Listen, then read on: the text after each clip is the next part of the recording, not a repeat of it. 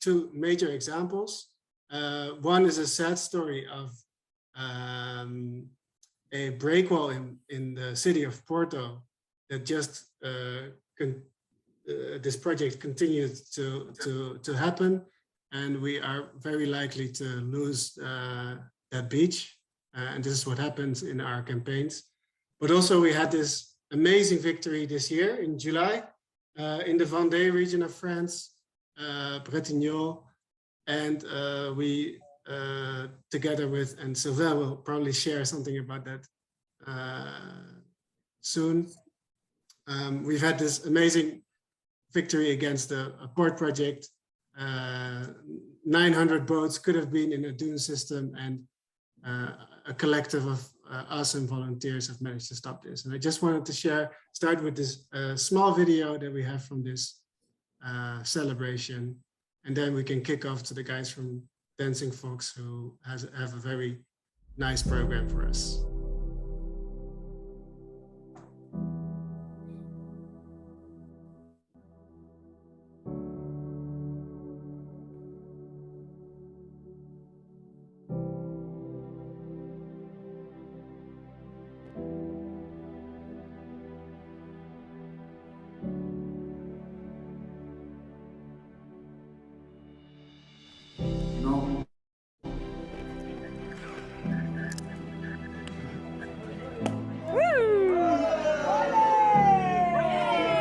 Réussi à protéger notre dune.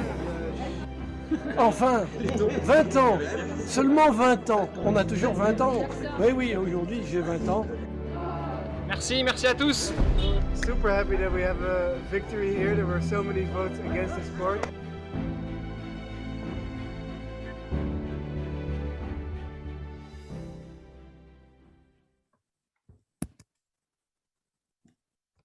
Fantastic. Congratulations. This is one of the reasons I love Surfrider. You know, your invitational stance, your celebration, the joy of that, you know, even without French, the joy and that the just absolute celebration is just absolutely gorgeous. Very, very glad to be here, honored to be here with all of you. You are heroes in all of our books. We are Dancing Fox. I'm Brian, and my co-facilitator today is Lucy. We are part of a creative agency which specializes in beautiful disruption. We are all artists and activists, and we love the combination of art and activism and the introduction of the idea of invitation and beauty and art to activism. And we feel like we're brothers and sisters to all of you in Surfrider who take that love of the ocean and that joy of surfing and combine it with activism to protect the oceans. It's a beautiful thing. Hats off. We absolutely adore you. I'm one of the founders of Dancing Fox. We started the organization 6 years ago. Before that, I had worked for Greenpeace for 35 years. Part of that time as an ocean campaigner, but primarily as a storyteller. And when I came to Dancing Fox, I wanted to share the love of story and this idea of story as a theory of change, that story is the operating system of the world, and it's the operating system of our brains. And if we can change those stories, we can change those things. We can change our way of thinking. We can change the world itself. And we've been working this morning with some of your coastal defenders and coaching them along through some of our techniques for storytelling. Lucy, do you want to introduce yourself? Yes, my name's Lucy Taylor. I'm a facilitator and a coach and an improviser. I am passionate about how we can use play to help us in the work that we do, to make our work more beautiful, more life-affirming, and more fun. And so I bring a kind of playful lens to the work that Dancing Fox does. And I can't tell you what a joy it is to work with somebody from the improv community when you're facilitating meetings that don't always go as planned. It's fantastic. It's a great skill to have. I highly recommend it. Yeah, we've worked with some of the largest and some of the smallest change makers on the planet. And it's been a real honor to work with human rights issues, environmental issues, animal rights issues, all those things. So about this evening. This evening is yours. It is Surfrider volunteers. It is thank you for another year of what you've been doing, and to hear a few stories around the virtual campfire. And we'll be listening today to a couple of stories from your coastal defenders, and really want to ask that you can give them all the support that you can, because they're doing a courageous thing. They are getting up in front of all of you and sharing their stories, and they're sharing a vulnerability, and they're sharing a humanity, and they're sharing a story of something about something that made them become a coastal defender. So as much as we can, and I know it's Zoom world, it's Saturday night, but if we can keep our videos on and keep our faces going, and give the storytellers that sort of facial feedback that they would get if we were around a real campfire on a real beach, which I wish we were, but we're not. So the next best thing is to have your lovely faces giving them that feedback. And if you can't do that, give them an emoticon or a little bit of love in the chat. Storytelling, I believe, is a sacred art. And it's always great to give something back to the storyteller. So we'll also be hearing from a very special guest, one of my personal heroes, John Hosefar, who's the director of Greenpeace's ocean campaigns, and has some amazing stories of salty dog adventures in his work to save the oceans and investigate the oceans as a marine biologist and as a Greenpeace campaigner, and in with the many hats that he wears. So greatly looking forward to that in the evening. So with that, Lucy's going to take you through a little exercise.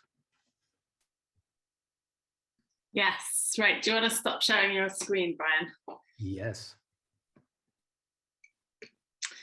Okay, so when I said I like to play, I meant it. So if you could, for a moment, turn your cameras on and stand up. We're going to do a little energizer so we are fully present here with our bodies and our brains, ready to give our storytellers the kind of beautiful attention that they deserve. Has anybody done any laughter yoga before? Yes, you heard that right. Laughter yoga. Okay, so we're going to do some laughter yoga. And the idea behind it is that you fake it until you make it. So we basically pretend to laugh until we are actually laughing. And yeah, so there's 3 types of laughter. Like there's a head laugh, which is a hee hee hee. So give that a little go. Hee hee. And then we have a kind of chest laugh, which is a ha ha ha ha. That's our ha laugh. Okay, give that a go. Ha ha ha ha. Am I the only one unmuted here? I think you are. We're going to unmute everyone in a minute. And then we've got a belly laugh, which is our whole laugh, like Santa Claus. Ho, ho, ho, ho, ho, ho, ho. So give that one a go. Ho, ho, ho, ho, ho. Okay, great. So in a minute, I'm going to ask you all to unmute yourselves, and we're going to have a few minutes of Zoom chaos, but bear with me. And we're going to do call and response. So I'm going to go, we're going to go through the different laughs. So he, and then you're going to play it back to me. Okay, so everybody unmute.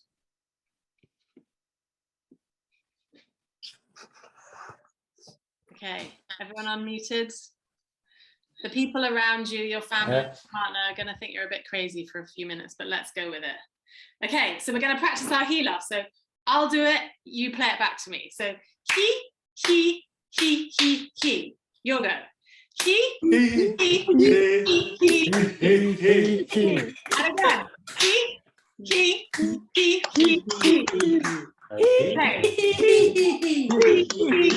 Okay, very good, very good. Okay, so now we'll do the same, but we're going to do it with our ha laugh, okay?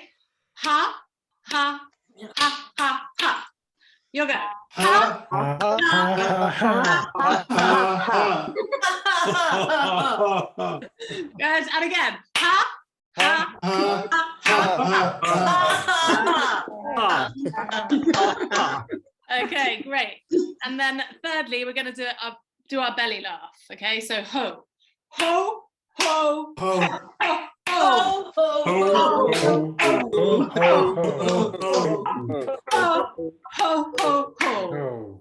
Ho, ho, ho. Okay, fantastic. You're getting the hang of it. Right. Merry Christmas. So now you're gonna pretend you are on a kind of 1990s style mobile phone with like the flip down thing, and you're gonna imagine you're on the phone to your funniest friend, and you're gonna have a laughter conversation with your friend. So you're just gonna laugh down the phone at them, okay?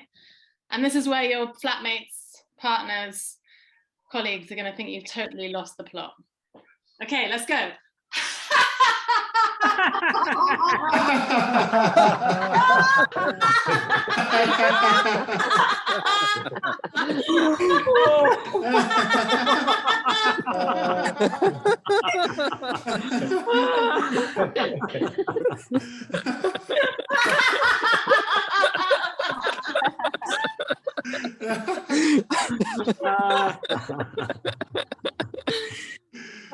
Okay, amazing. Right, let's take a big deep breath.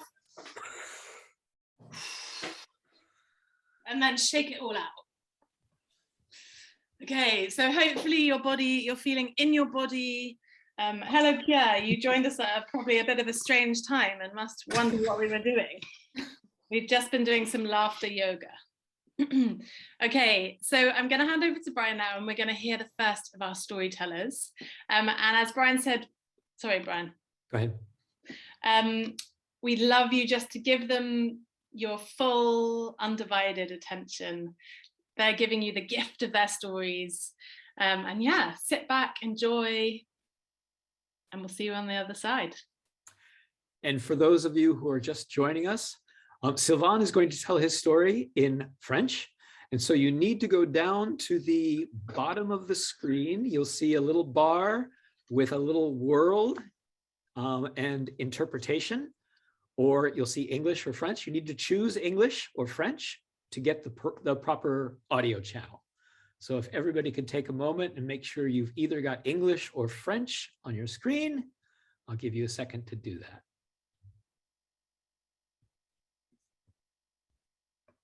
Everybody got it? Any questions? You can always pop a question into the chat. Okay, great. So our first storyteller is Sylvain Géral.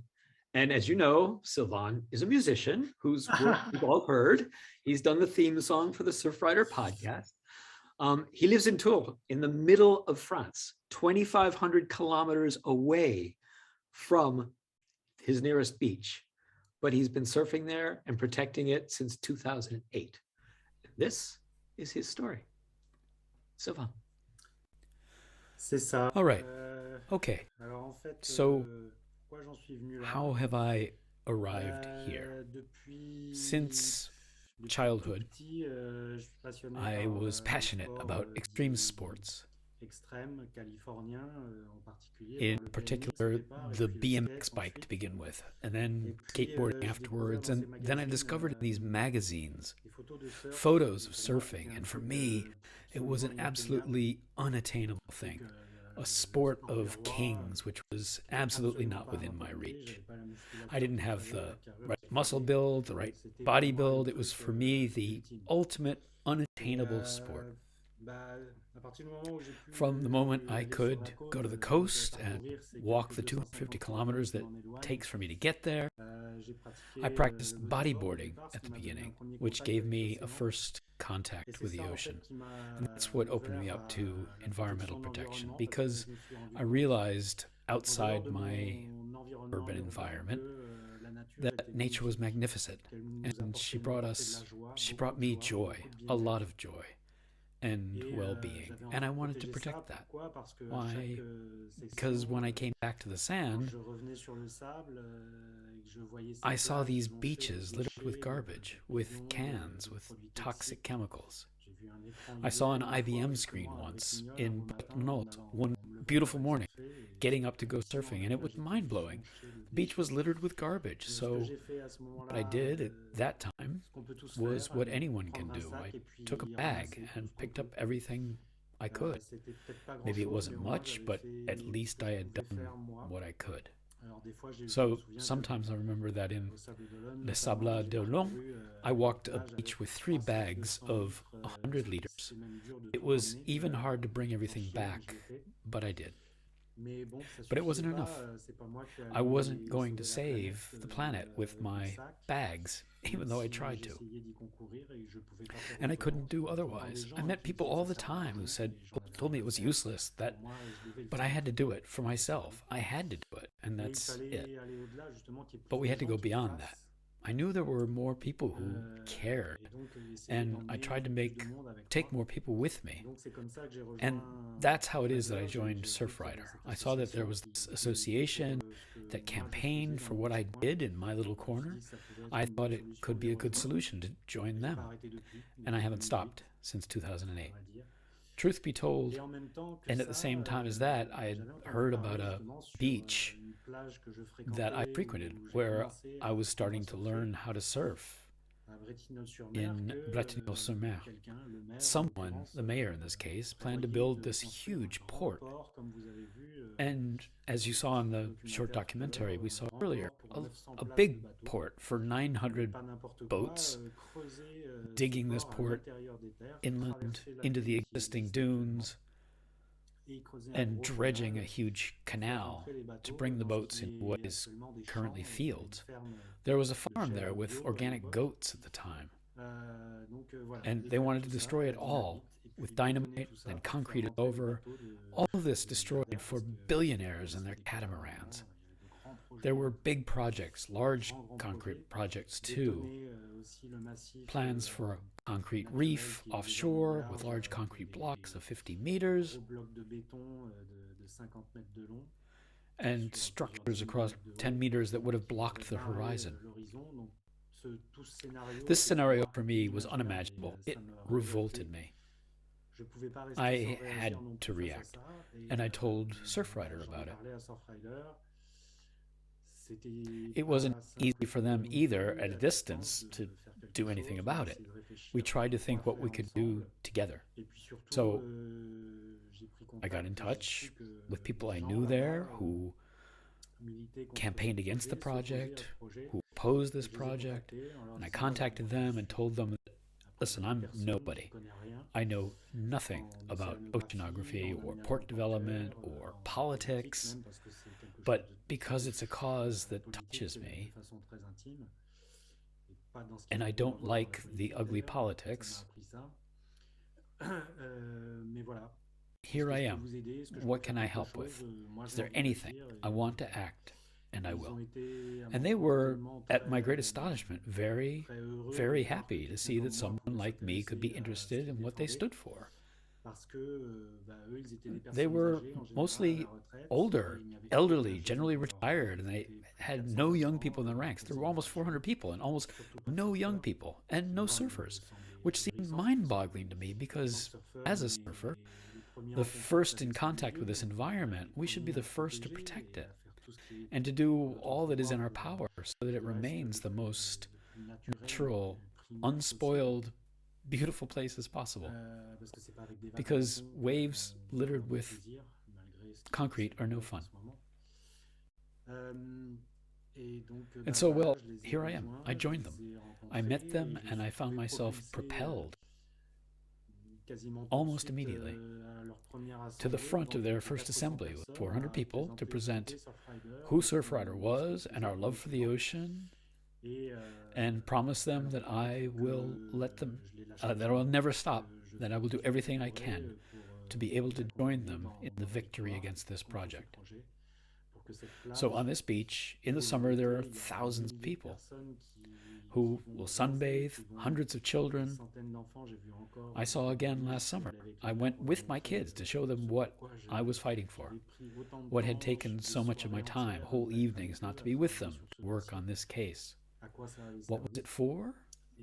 And on this beach, there are children who make castles and castles of sand, who play, who learn to swim, because it's a very shallow draft, especially at low tide. And there are shells, starfish, and mussels, a whole bunch of small crustaceans in the rocks that are slightly offshore. It's really there, a microcosm, a natural environment that is so abundant. And we wanted to put concrete all over that? With so much indifference to its beauty. But they argued that we're going to put in artificial reefs. And then the species would come back to populate those artificial reefs later. So it's not a problem. Mind-blowing stuff.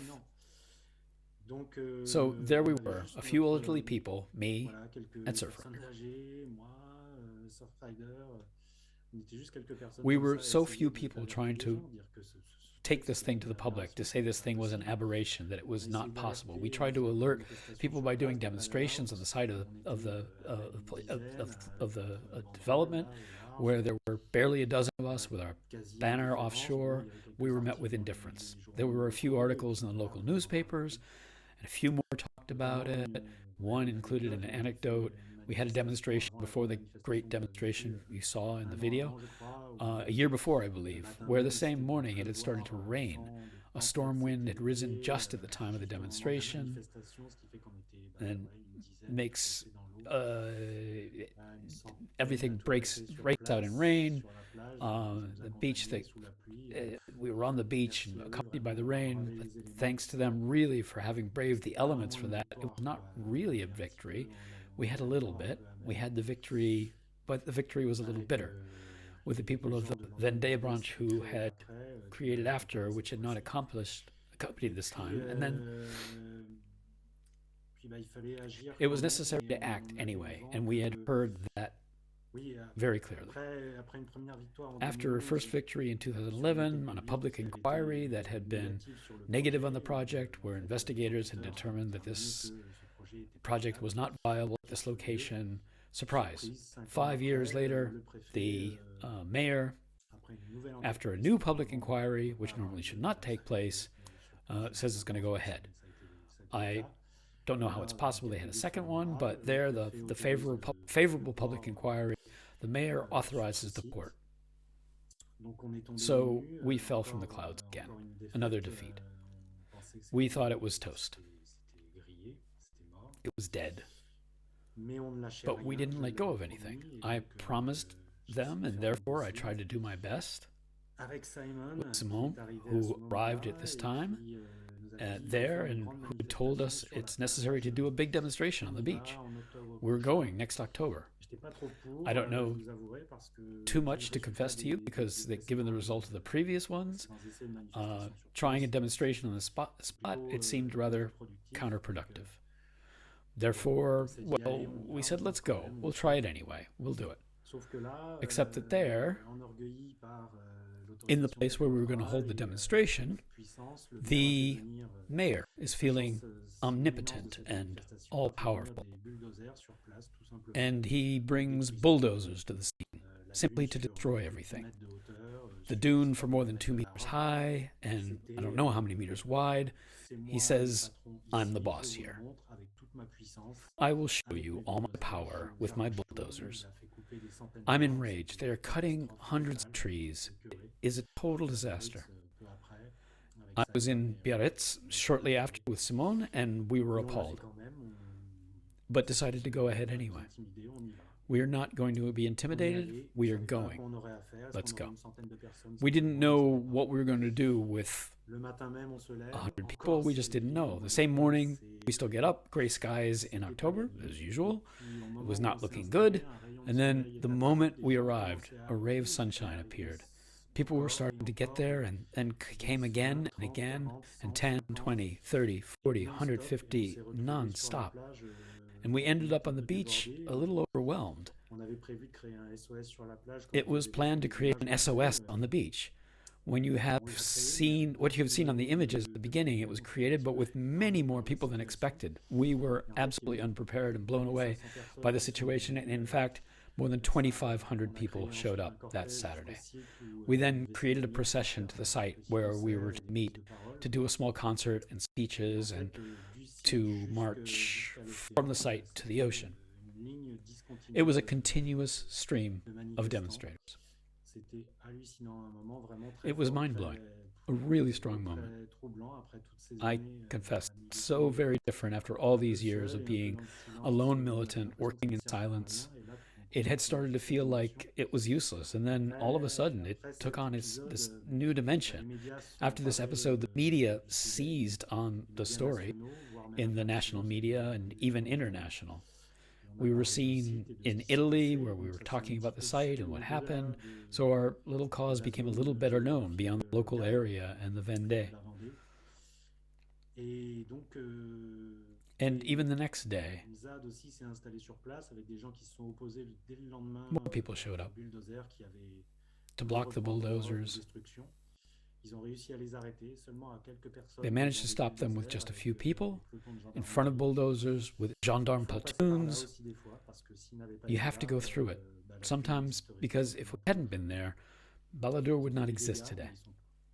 They did damage. It's not irreversible. We managed to save the rest. We managed to boost this energy.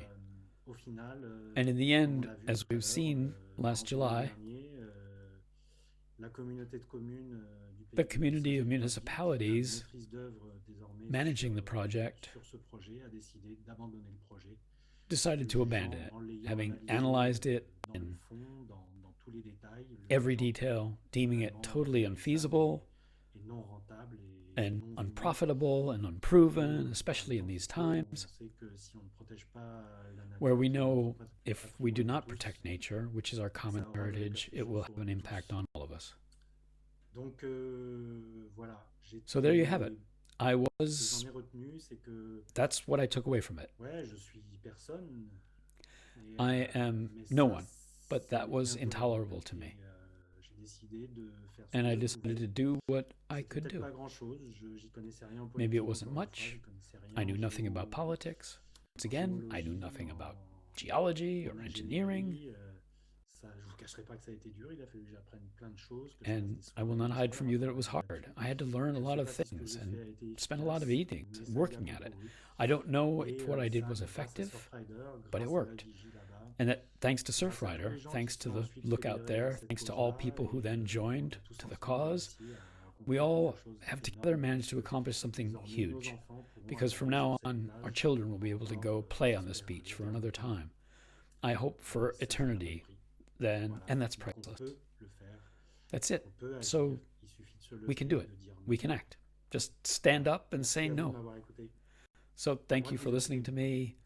It's up to me to listen to you now. Je ne vous entends pas. Thank you, Sylvain.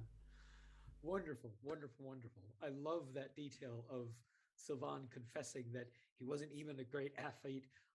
He couldn't even crawl very well as a child.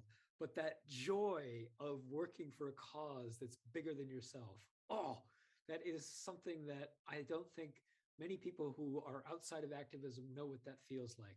And I always feel like if we can convey what that joy feels like, that joy of being together with other people who share your values and are doing something for the planet and to actually win. Wow.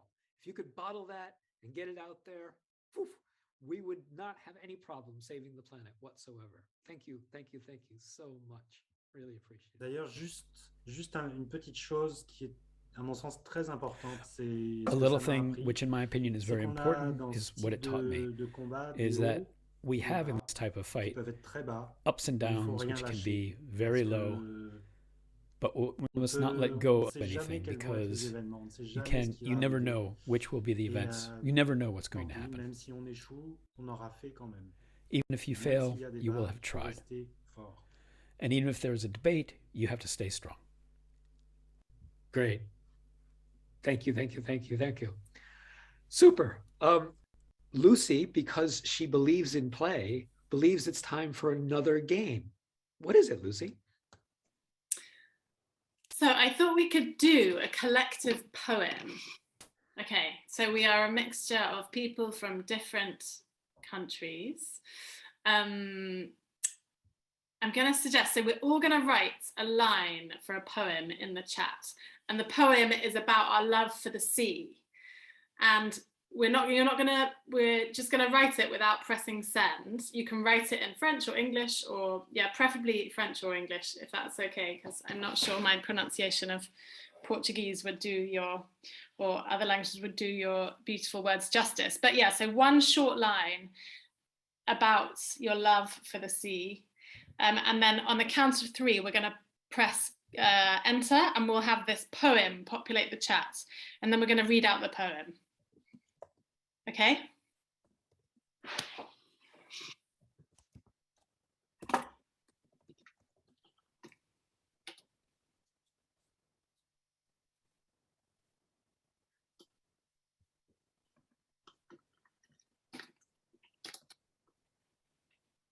If anyone's unclear, you can put up your hand, but we're just writing one line, and it's going to be part of a chaotic poem that's going to come out of the group.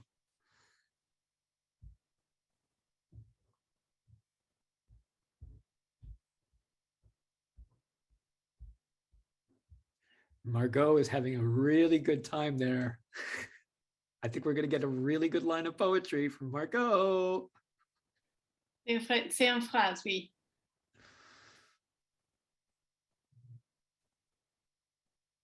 Just a short phrase.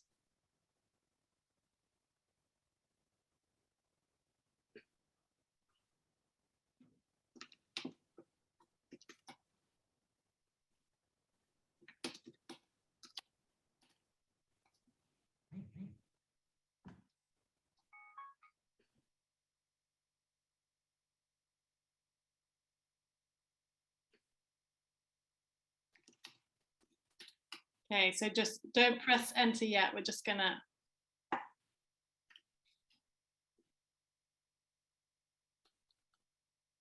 Okay, everyone good? Everyone got their line?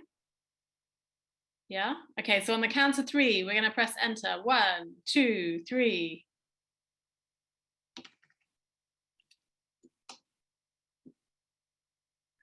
Oh, amazing.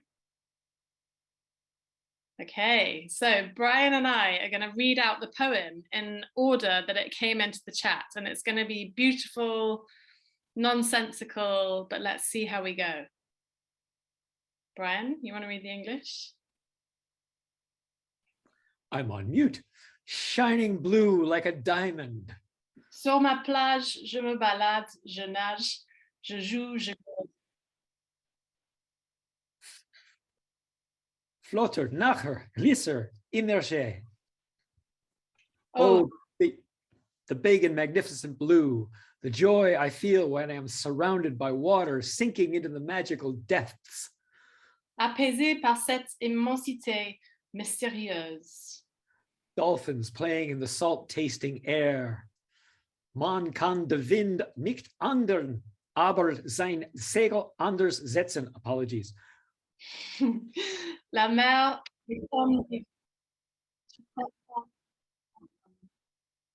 The ocean keeps on breathing. The curl of the wave makes me feel so safe. mer, mon essentiel. The ocean that makes us dream, an expanse in front of me that takes me to the expanse within. Stunning water with fishes. We sometimes have funny ways to thank you for the freedom you give us. D'une diversité d'émotions et de sentiments puissants. Ocean is the source of all. Blue sunshine shining on the beach. Oui, oui. Le vent les embrune. Nous allions avec ma mère voir les tempêtes. Quel plaisir. La marée, je l'ai dans le corps. Le retour au sort. Notre essentiel. Wow. Great. That was really beautiful and nonsensical and wonderful. Thank you, everybody. Great. Our second storyteller. First, I want to call your attention to one of the panels that you will see in the grid of views. There is a set of drawings that are being done by our illustrator, Iris martens.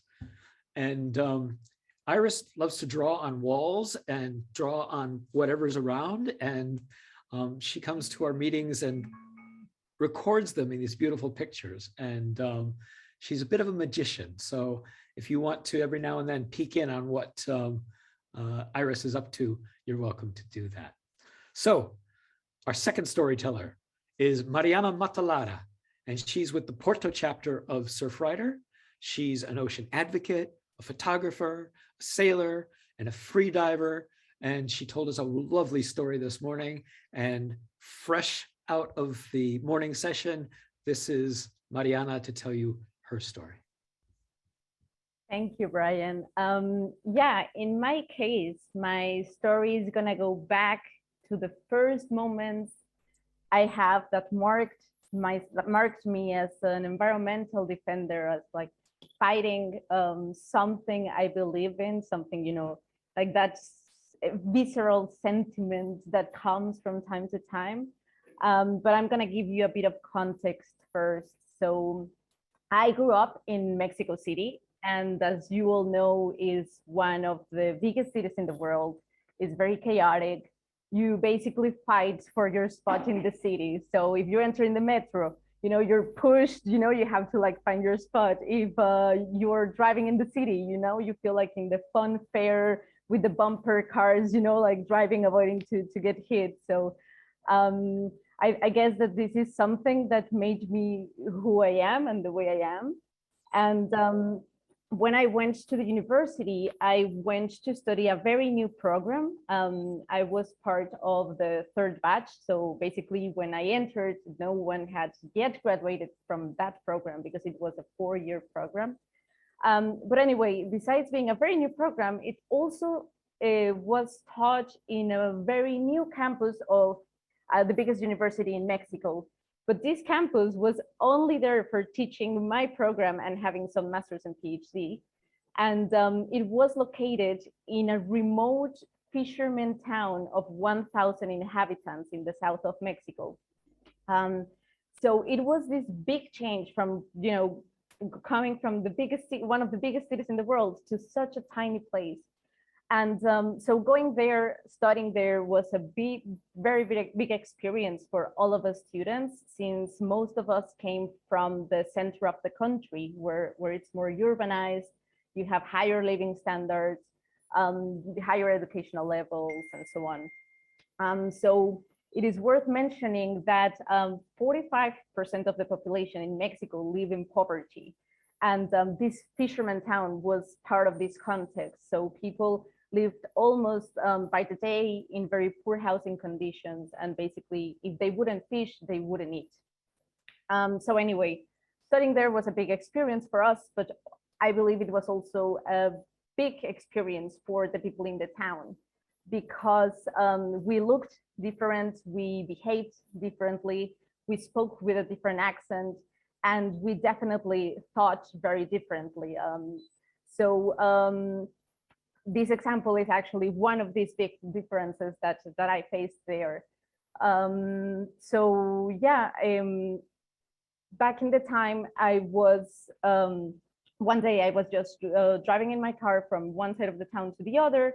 I said it was a tiny town, but sometimes, you know, growing in Mexico can be, you're taught of, okay, certain hours of the night in some places might be dangerous, especially if you don't know them so well, or as a woman, you know, if you see a group of men, you should be afraid because you don't know what they can do to you. Or if you are with a guy, you know, then you feel safe because he's a man, you know.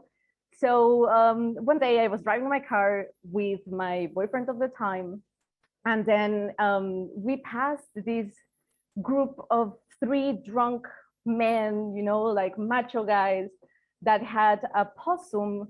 I'm sure you're familiar with this animal, like a type of big rat, very cute. And he was tied up in a rope, and they were holding him, and they were kicking him, they were beating him, and drinking and laughing, and like, you know, and this poor animal looked so scared and so suffering. and I couldn't deal with it. And I told my boyfriend, like, you have to do something, you know, like react. And he was like, what? No, like, I'm not gonna go and like stand up to like 3 drunk men, like, are you crazy?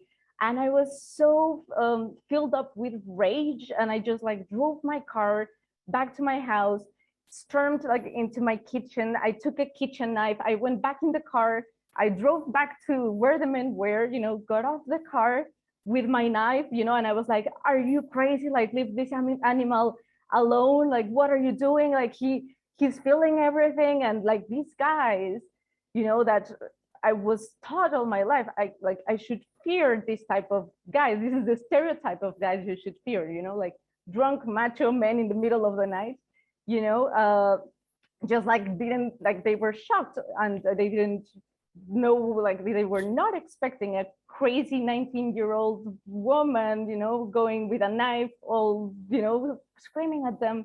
So I just took the possum, put it in my car, you know, put the knife, and drove like super quick, because I didn't want to leave them time to react or anything. So I drove, and then I freed the possum and took him to a more natural place far away from these people. So I think that maybe you all have experienced a situation where you felt like you should do something but didn't do it because maybe you don't want to make people feel uncomfortable, or maybe you don't want to create conflict, or maybe you don't want to lose being polite. But there are moments in life where following your instincts, even if something tells you, okay, maybe it's not a good idea, can actually help someone in need, can change the life of a living being. You know, that possum could have died, gotten beaten up to death, you know, can impact people. And like the way I feel I might have impacted them, like they saw, okay, there is another reality, because they were not expecting someone, you know, screaming at them for this. For them, this was normal. Animals were not worth it. And I believe like you can impact people and wondering like that past other ways of seeing the world. So I just want to share this because this is something that really marked me. And over the years in the university, had less strong and with less weapons, like a knife, like a kitchen knife. I have other type of these stories, but that I saw the change that we were creating little by little in the community we were living in. So I just want to say, if you face a situation like it next time, I invite you to follow your instincts and to act, because it's better trying and failing than regretting not having tried at all. So that's the story I wanted to share, and thank you very much. Woo! Thank you, Mariana. Thank you so much. Wow.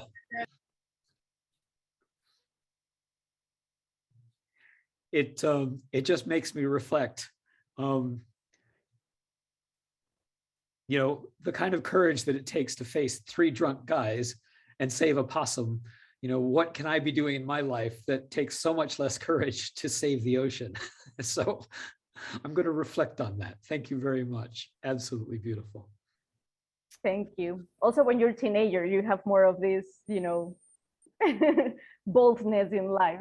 But yes, we should keep that. We should keep that.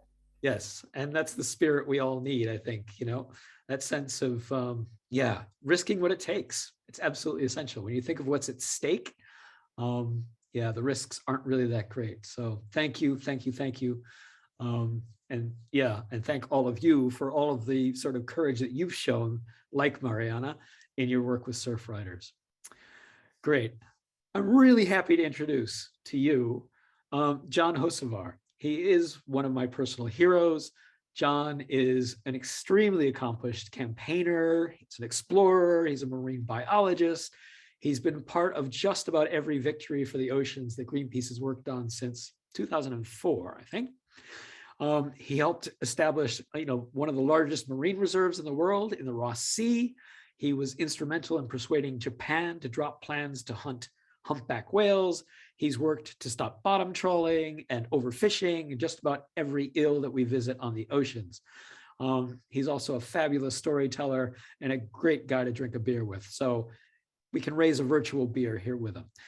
He's also the co-founder and former executive director of Students for a Free Tibet, a submersible pilot, and I could go on, but I'm cutting into your time. So I'll give you John Hocevar. Thank you, Brian. And thank you all. When Brian asked me if I would like to speak to a group of Surfrider volunteers, I was pretty excited. Of all the organizations that I work with, mostly in the US, Surfrider is just about my favorite. Such good people, always a real joy to work with. And unlike, not knocking anyone else, but unlike many of my colleagues at other organizations, most of the Surfrider folks are doing it just for love of ocean. You know, they're finding a way to be effective and make a difference, even though no one's paying them. They're not usually getting any credit or really anything except what you've all experienced, how it feels to fight for something that you care about, fight for something that you believe in. So thank you for letting me join you. And congratulations on your victories, whether they are protecting beaches or possums. I knew that I would be in good company. As Brian mentioned, I've been leading Greenpeace's oceans work in the US for 18 years now. But it took me a little bit to figure out how to get there.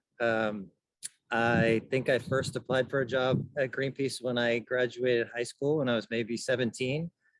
And of course, I never heard from them. And then again, when I graduated college, no response. I went to grad school and studied marine biology. Greenpeace was still not interested. So at that point, I had a little bit of a detour. I had 3 months in between coral reef protecting jobs. I was an English organization called Coral Key Conservation.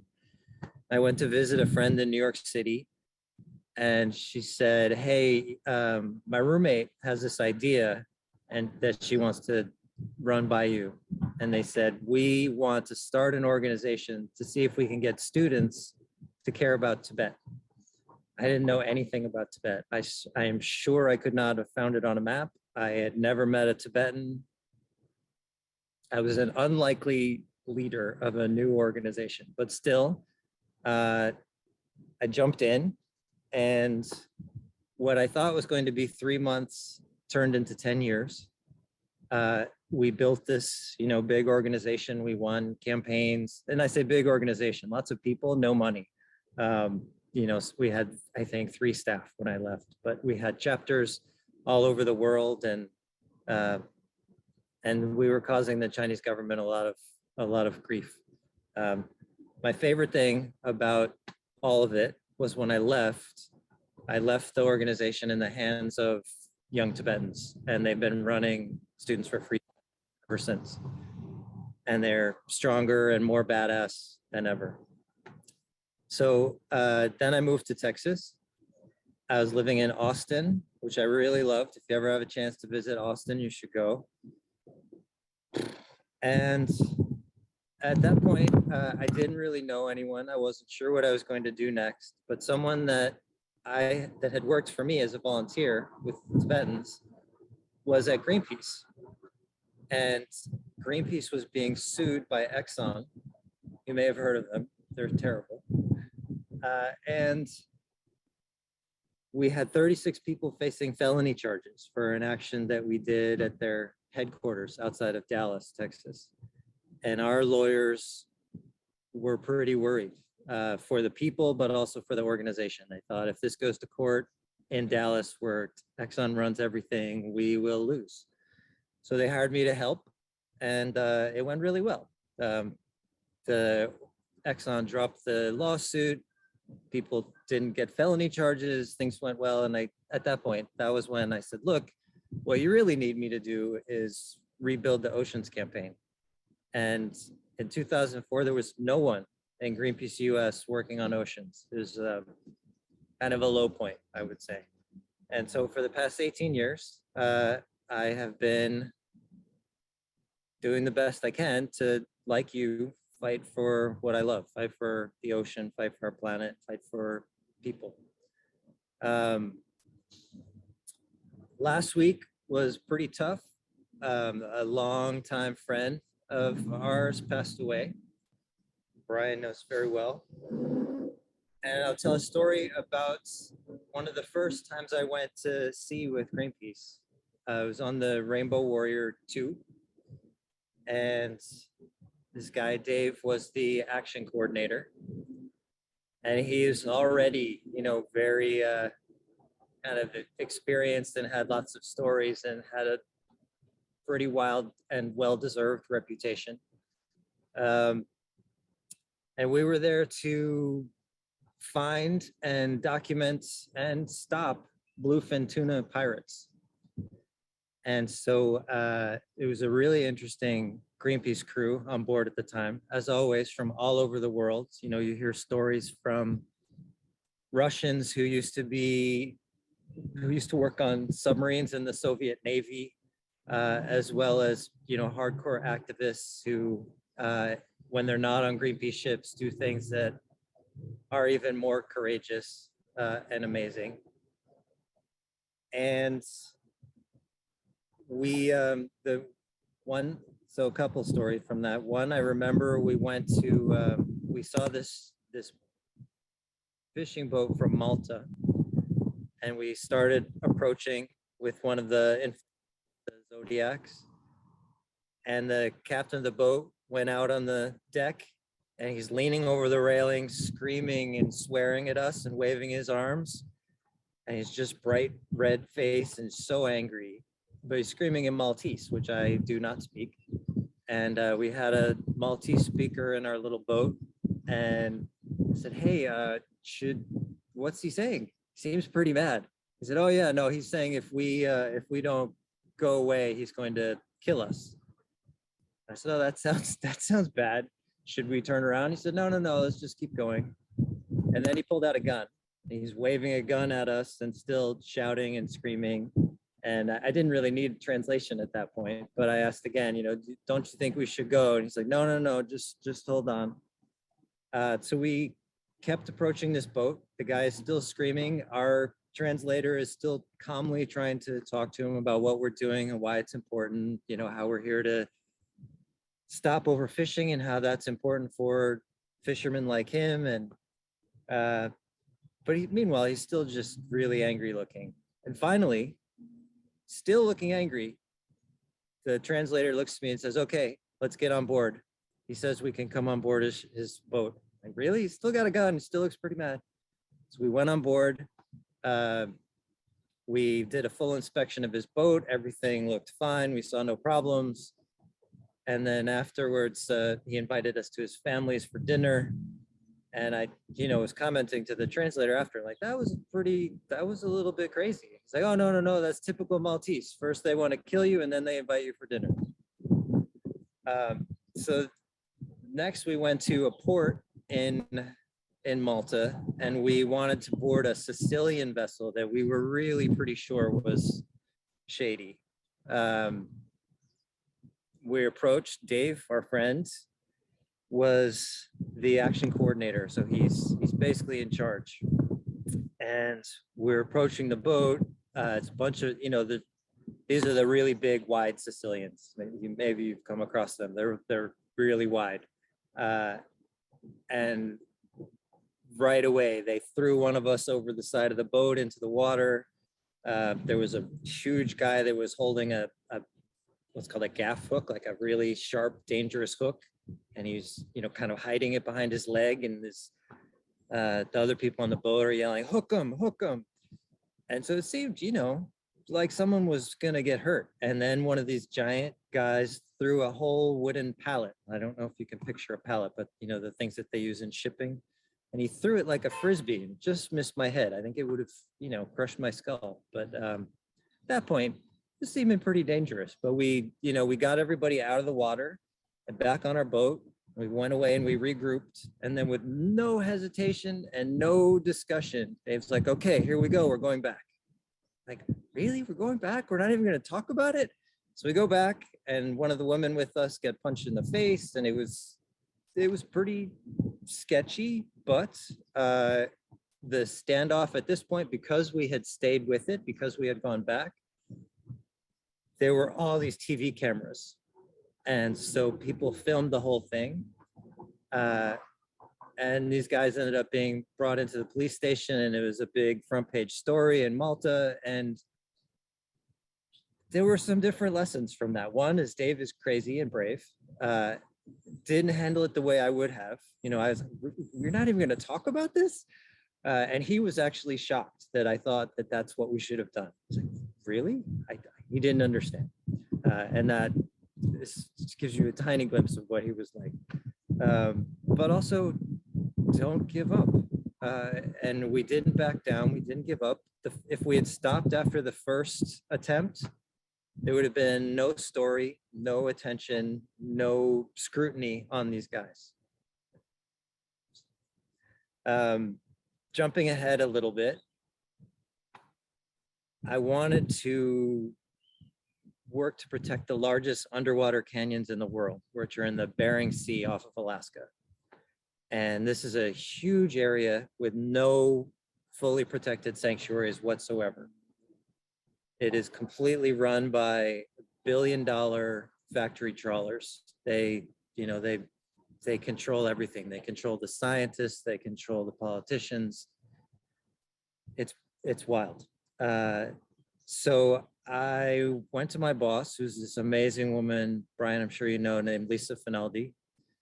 And I said, hey, I think I got the perfect campaign. We're going to protect the largest underwater canyons in the world. She said, oh, that sounds exciting. I said, yeah. But to do that, we have to show what's down there. Otherwise, industry is just saying it's just mud, and there's no reason to protect it. And we have ships, and so we can go out there and we can do some research. But to really understand what's happening, we're going to need a submarine. And at this point, she's already looking at me a little bit like I'm crazy. And I said, and if we're going to have a submarine, wouldn't it be great if we had a Greenpeace person that could be trained to pilot the submarine, so we could talk about what we saw firsthand with our own eyes? Somehow that worked.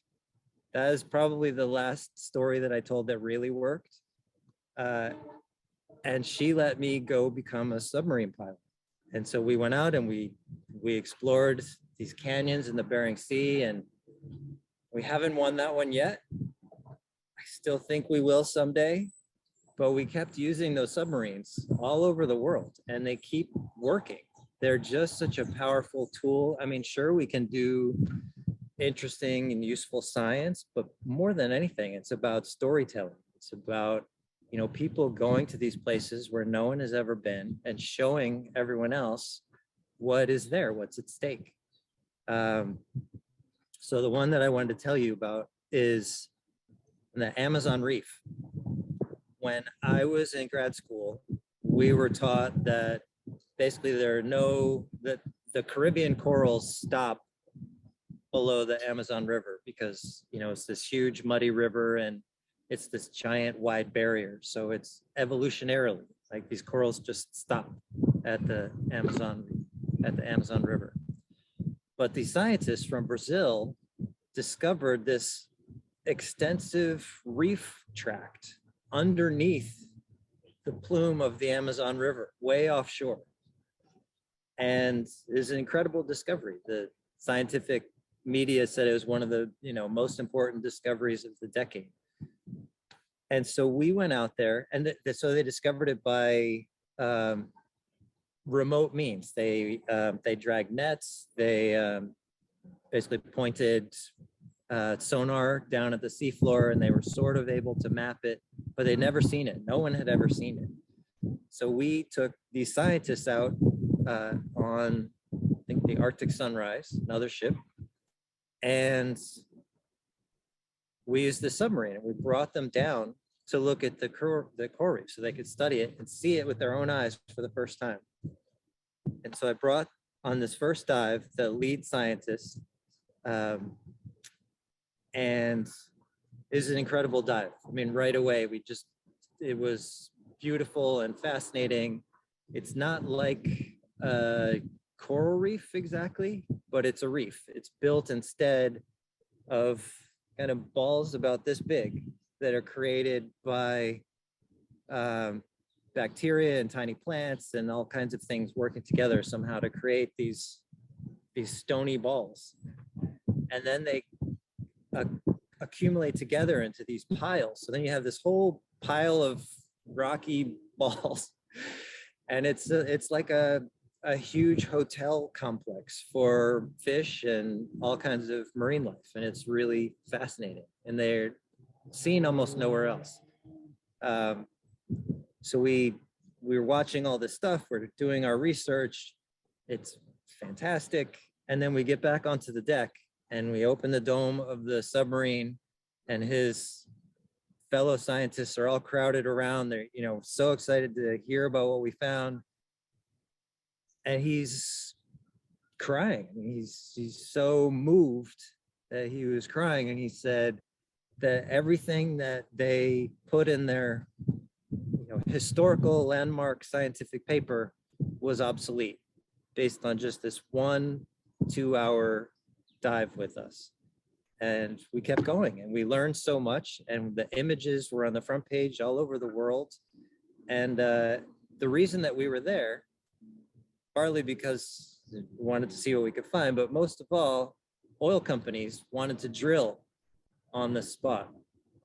And we wanted to show people, again, what is at stake. It's easy to say, oh yeah, sure, go drill there if you don't know anything about it. But once you realize this is a really special place, it's a very different conversation. And so to this day, those oil companies are still not drilling. Most of them have given up completely. They never got permits.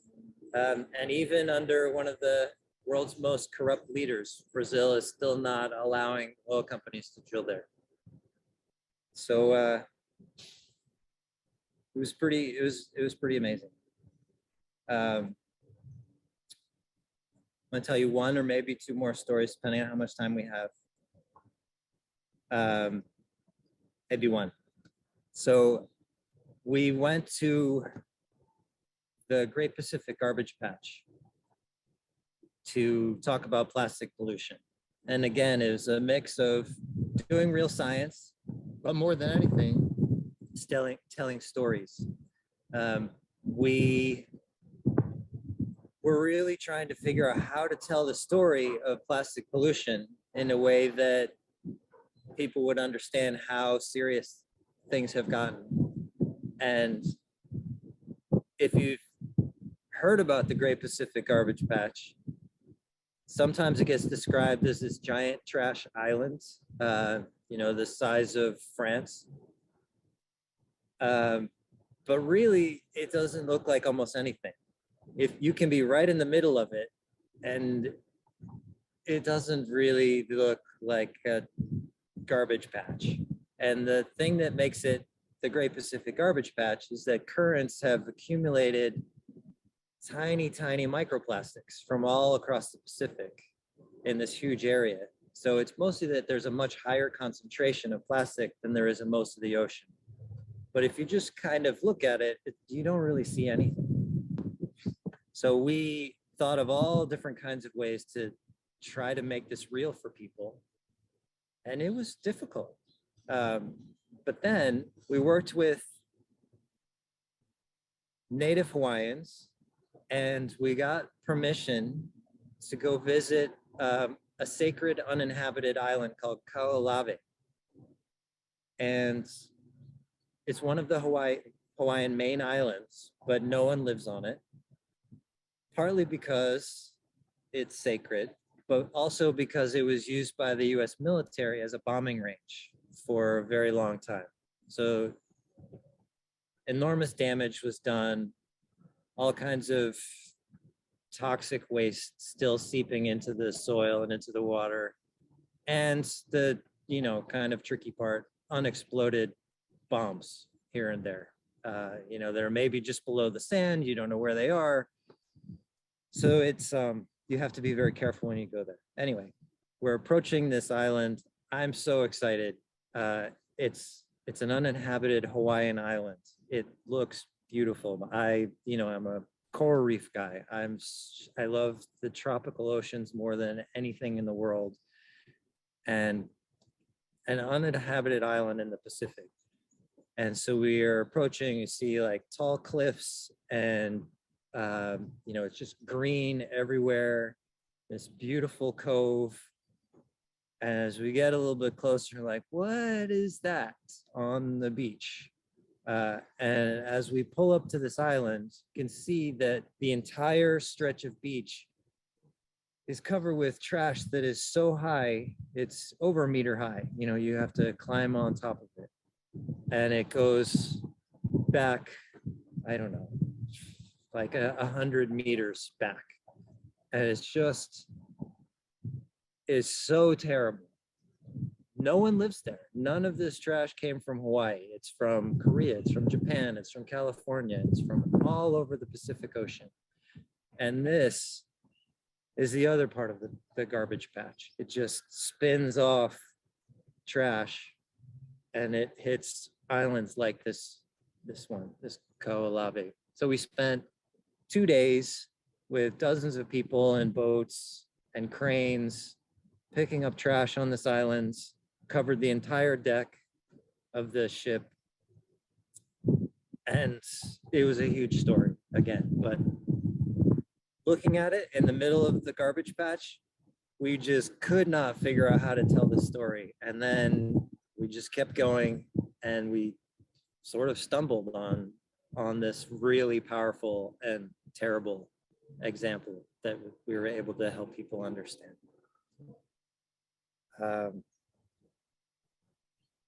Sounds like I should probably stop here. I don't want to keep you guys too late.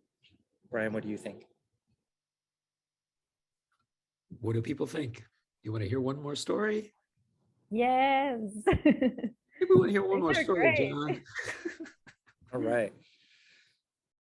One more story. So one of the other things that is a real big priority for us is stopping deep sea mining. So many of the things that we are dealing with in 2021 are problems that, started before most of us were born. Climate change didn't happen overnight. Plastic pollution didn't happen overnight.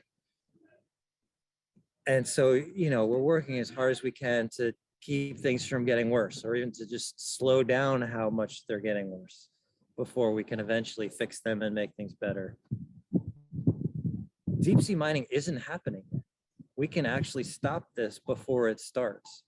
There are a handful of companies, from Belgium, from Canada, that are trying to attract billions of dollars in investment so they can get to the point where they can do this incredibly expensive and risky, and I would say stupid industry. And it basically means going into some of the deepest parts of the ocean, and a few different ways it can do it, but basically destroying the seafloor, looking for heavy metals that get used in batteries. And so our goal is to stop them, to make sure this never really happens.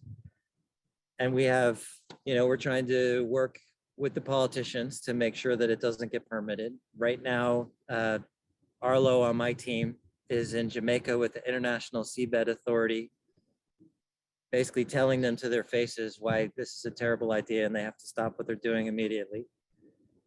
And while he was in the meeting, Greenpeace colleagues in Europe climbed up to the top of one of these deep sea mining vessels and hung a big banner on it. So it was great. He's there talking to people wearing a suit, and meanwhile our activists are out there hanging off cranes, and it's all coming together. But this summer was a really important time for these companies to show investors that everything is under control, that they know what they're doing, that this is safe, that it's possible, and it's going to make them so much money if they just, trust them. And so this company was out there in the middle of the Pacific Ocean, an area called the Clarion-Clipperton Zone. Not near anything really, but very deep. And they thought they were just going to, do a sort of pilot project by themselves with no one watching. But we showed up with the Greenpeace ship, and we were right there in the middle of it watching. We painted their ship, of course, while we were there, but really we were just, what is actually happening out here? Because otherwise no one would see it. And what we saw and reported to the world is that they actually lost their equipment on the bottom of the ocean. And it was a huge disaster for them. And again, front page news that would never have happened, except it could have been a waste of time, right? We could have gotten out there, everything could have gone smoothly, and we could have left and really not known what to do about it. But because we were there, because we made the effort, it was a terrible embarrassment for them, and their investors could not have been very impressed. So anyway, I will stop here this time, and I just wanted to say thank you again for everything that you do, for your oceans and for the possums and for everything else that needs our help. And I hope to have a chance to work with you someday. Fantastic. Thank you, John. Thank you so much. Yeah. And these deep sea mining companies are presenting their work as something that is going to be, something that's better for the human rights on the planet, because it doesn't involve the exploitive mining that happens in Africa and that sort of thing, and completely ignoring the absolute decimation it will do to the ocean. So thank you for being there, and thank you, for calling attention to the fact that we can stop this. It hasn't begun yet. Massive, massive investment. And sign a petition, do anything, do something big, do something small, but let's stop this one before it begins, because it's going to be much harder to stop once it gets out there. So that concludes our program. I just want to thank all of you once again for all of your wonderful work and the wonderful stories. Thank you, our storytellers. Thank you, John. Thank you, Mariana. Thank you, Sylvain. It's wonderful to hear all of your great tales of ocean and possum protection. Simon, I don't know if you have anything else that you want to close with. Lucy's got a little exercise to get us out of the room. No, just to conclude, thank you as well. We really rely on your volunteering and your help to protect the European coast and ocean on any level possible. And I hope this has really helped you to inspire you to continue to work with us and say no, motivate people, have more people join us, and have a great evening.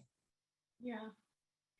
And before we go, we'd love to just do a 3-word checkout. So in 3 words, how are you feeling after listening to these amazing, inspiring stories? And if you just want to pop it in the chat, we'd love to see where you are.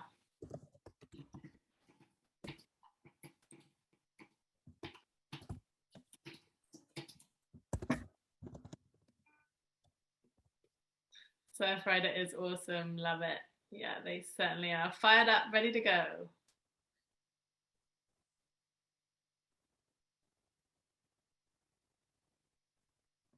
We will continue always.